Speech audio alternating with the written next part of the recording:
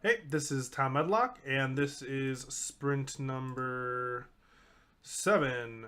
So for sprint number 7, we went ahead and incorporated the graphics objects. So up here you can see that I have set all of my graphic objects up already.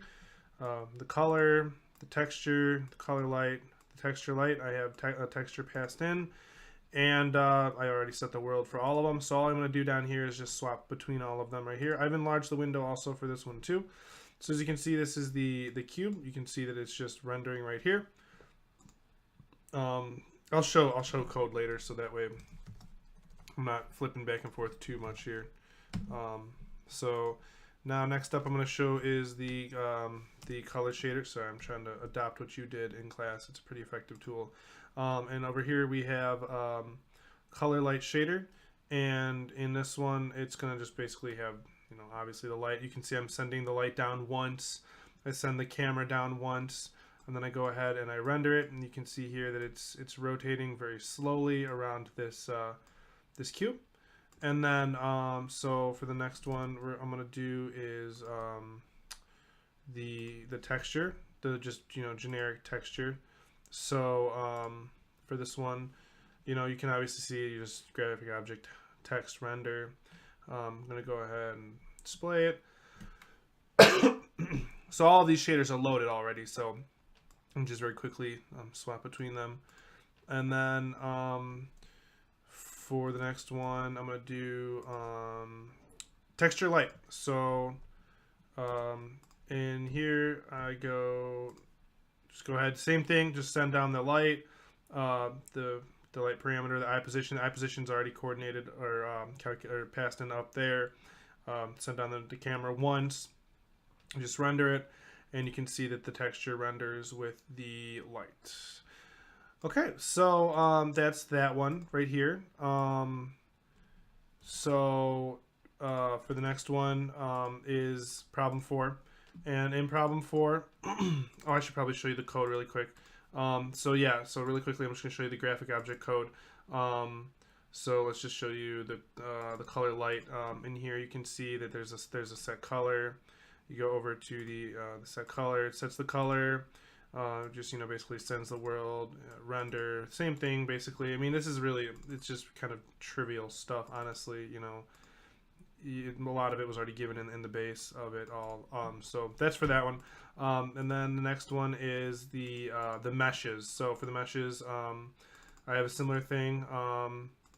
I have all of them loaded already. The textures are all set up. And then what I'm going to do is I'm going to go down here, and I'm going to start off with the color. So for the color, the color is up here. And you can see when I go ahead and render it, it's going to have the different colors for the cottage according to what their mesh should be, what their mesh is assigned. So, oh man, this takes so long to load. I'm sorry about this. You can see that right here, it loads up, and then the cottage is, you know, the door is a different color, so on and so forth. So if I go up here, you can see that I'm setting these colors right here. So, you know, all these are set separately. There's also generic set colors too, so you don't have to worry about, you know, always passing a mesh number. So next up, I have the color light. So for the color light, it's just basically going to be the same thing, but instead this time it's going to display the light. So I'll show you the code for the actual individual graphics objects afterwards too, so you can see them on video without having to dig too far into it. So here is the cottage with the light, and as you can see, the meshes are obviously different colors for each location, and you know, it basically puts the lights off of there. So after that, I have the texture. We'll go with texture next. It seems to be appropriate, like climactically. So for texture, you know, same thing. Set to context, send cam, and then go ahead and render it. And I set it to just, you know, just random different textures from what we have been using over the course of the past few assignments. So you can see here, you know, I got this cube up here going on, the dice, the brick, and then the crate faces over here. So that's for that one. And then I'm gonna apply some light to it. So right here you can see same thing as before. You know, you send the light, send all that, yada yada, hit render, and then yep. So you can see here, I was messing with the materials on this one, so you can see that the materials are a bit different. It has that different it's like a different kind of color everywhere it is. The ambient is you know a bluer-ish. The specular, it looks like it's actually, the specular looks like it's blue, and then the diffuse looks like it's green, and then the ambient's like a darker-ish color. So that's for all of that. And then so going into the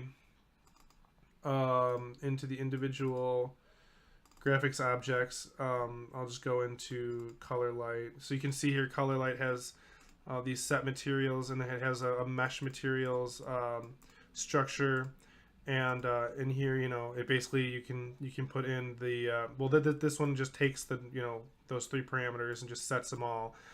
This one actually takes in a mesh number, and then it sets the mesh materials, and then, you know, this is the render for the actual like the modified graphics lights, and then the same thing for the texture lights and stuff like that. It has the mesh materials, and then an array of textures, so it's a pointer, and then basically it goes in here and it sets the textures. So also for here, it makes as many textures as there are for mesh counts, so that way it will never make a number that it's not going to utilize.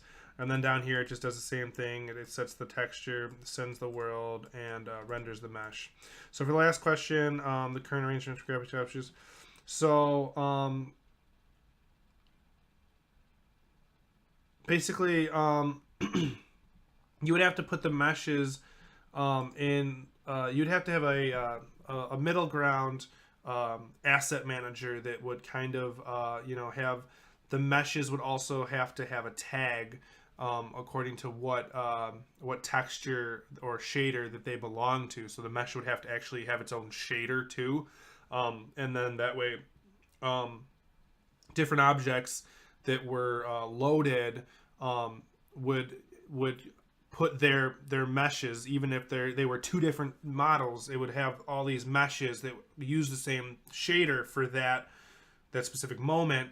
It would render those first, and then it would render the next meshes, and then so on and so forth. So that way the shaders and the textures and everything would be sent down minimally down to the graphics, or down to the the GPU. So what that would mean is that instead of there being just a structure of materials, you'd also have to include like a shader in here too, and then you would have to somehow sort through like get mesh shader, and then you would patch like the mesh number or something, and that's how you would know to sort it. You know, you'd put it in a list, and then it'd be a very interesting, definitely very complex system.